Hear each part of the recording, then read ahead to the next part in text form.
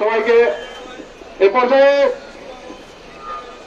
কিছুক্ষণের মধ্যে আমরা আমাদের মানববন্ধন শেষ করব।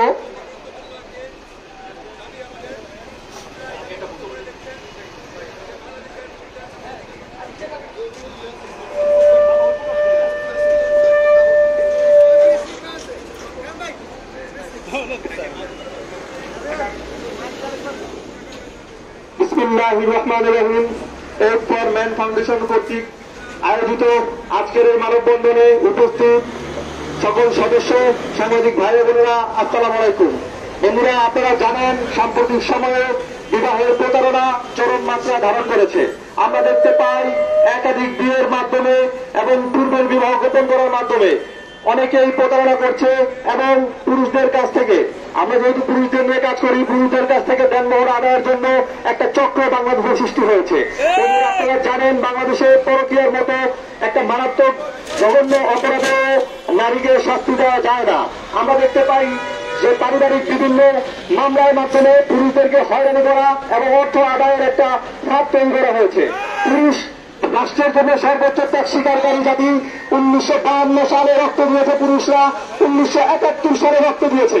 আমরা বলতে চাই, বঙ্গবন্ধু বলেছিল কি পেলাম আমরা, সেইভাবে আমরা বলতে চাই আজকে পুরুষ কি পেল? যেই রাষ্ট্রে সর্বোচ্চ ত্যাগ স্বীকার করার পরে পুরুষরাই আজকে বৈষম্যের শিকার। সে পাকিস্তানি আমলে আমরা বলেছি বাঙালিরা বৈষম্যের শিকার, কিন্তু আজকে বর্তমান সমাজে পুরুষ হচ্ছে এই রাষ্ট্রের তৃতীয় শ্রেণীর নাগরিক।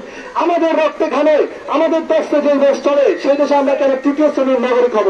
আমরা বলতে চাই বাংলাদেশে এই ধরনের ফাঁদ থেকে পুরুষদেরকে রক্ষার জন্য বিবাহের রেজিস্ট্রেশন পদ্ধতি ডিজিটাল হওয়ার বিকল্প কোনো অপশন নাই। আমরা চাই অতি দ্রুত রাষ্ট্র এই বিষয়ে পদক্ষেপ নিবে। অন্যথায় এই ফর ম্যান ফাউন্ডেশন সহ যত প্রকার পুরুষ অধিকার সংগঠন আছে আমরা তীব্র আন্দোলন গড়ে তুলব। আমাদের ন্যায্য আদায়, ন্যায্য অধিকার আদায়ের ক্ষেত্রে আমরা কখনোই পিছপা হব না। আমরা জানি পুরুষরা পারে, তারা রক্ত দিয়েছে দেশের জন্য, তারা তাদের অধিকারের জন্য আবারও রক্ত দিবে, গর্জে আসবে রাজপথে। সবশেষে আমি এই কথা বলতে চাই, সরকারের প্রতি অতি দ্রুত এই যে রুবেল এবং এই যে নাসির এবং নাসিরের ওয়াইফের ক্ষেত্রে যে ঘটনা আমরা দেখতে চাই, তার কোন প্রভাব প্রতিপত্তি যাতে না খাটিয়ে এই তদন্তকে প্রভাবিত না করতে পারে, সেই দিকে দৃষ্টি রেখে সরকার এবং রাষ্ট্র তদন্ত করবে।